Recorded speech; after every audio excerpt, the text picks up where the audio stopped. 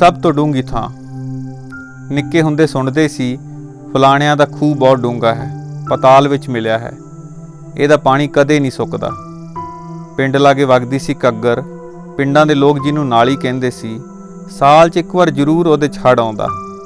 धार ਦੇ ਘੁਮਾਵਦਾਰ ਮੋੜਾਂ ਤੇ कई सालां विच पानी नाल कट के खेड मैदानां वर्गे वड्डे गोल गोल डूंगे तलाब बने सी। लोग डुम कहिंदे सी इन्हां नूं। आखदे सी देबू का डुम कदे नहीं सुकदा, ਉਹਦਾ पानी भी पताल विच मिलिया है। पिंड दा खूह सुकदा भी वेख्या, ਉਹਦੀ तली ते सप ते गोजरे भजदे वेखे, देबू के डुम 'ਚ खेडदे वेख्या जवाकां नूं क्रिकेट। सोचदा सां होवेगी कोई ऐसी डूंगी थां जिहदा कोई अंत ना होवे, कोई तली ना होवे, सिद्धी पताल 'ਚ मिलदी होवे।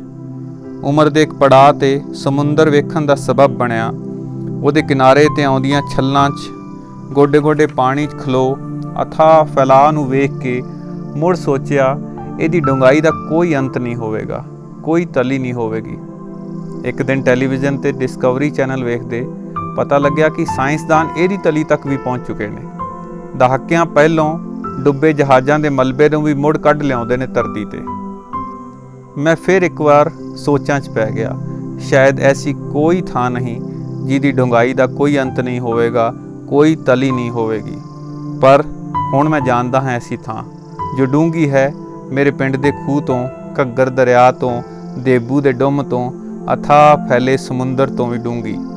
ते ਉਹ ਥਾਂ है ਸਾਡੇ ਅਦਾਰੇ ਦੇ ਸਭ ਤੋਂ ਵੱਡੇ ਅਧਿਕਾਰੀ ਦੇ ਹੱਥ 'ਚ ਫੜਿਆ ਨੰਬਰਾਂ ਦੇ ਲੌਕ ਵਾਲਾ ਕਾਲੇ ਰੰਗ ਦਾ ਬੈਗ, ਜਿਹਦੇ ਵਿੱਚ ਛੋਟੇ ਮੋਟੇ ਮੁਲਾਜ਼ਮਾਂ ਦੀਆਂ ਦਿੱਤੀਆਂ ਅਰਜ਼ੀਆਂ ਇੱਕ ਵਾਰ ਜਾਣ ਪਿੱਛੋਂ ਕਦੇ ਬਾਹਰ ਨਹੀਂ ਆਈਆਂ। ਤੇ ਉਹ ਥਾਂ ਹੈ ਸਾਡੇ ਸਰਕਾਰੀ ਦਫ਼ਤਰ, ਜਿੱਥੇ ਸਾਲਾਂ ਬੱਧੀ ਜੁੱਤੀਆਂ ਘਸਾਉਂਦੇ ਆਮ ਲੋਕਾਂ ਨੂੰ ਨਹੀਂ ਮਿਲਦਾ ਆਪਣੀ ਫਾਈਲ ਦਾ ਪਤਾ। ਤੇ ਉਹ ਥਾਂ ਹੈ ਸਾਡੀਆਂ ਅਦਾਲਤਾਂ, ਜਿੱਥੇ ਇੱਕ ਜਨਮ ਤਾਂ ਸ਼ਾਇਦ ਘੱਟ ਹੈ, ਕਈ ਪੀੜ੍ਹੀਆਂ ਵੀ ਮਿਲ ਕੇ ਥਾਂ ਨਹੀਂ ਪਾ ਸਕਦੀਆਂ ਇਹਦੀ ਡੂੰਘਾਈ ਦੀ।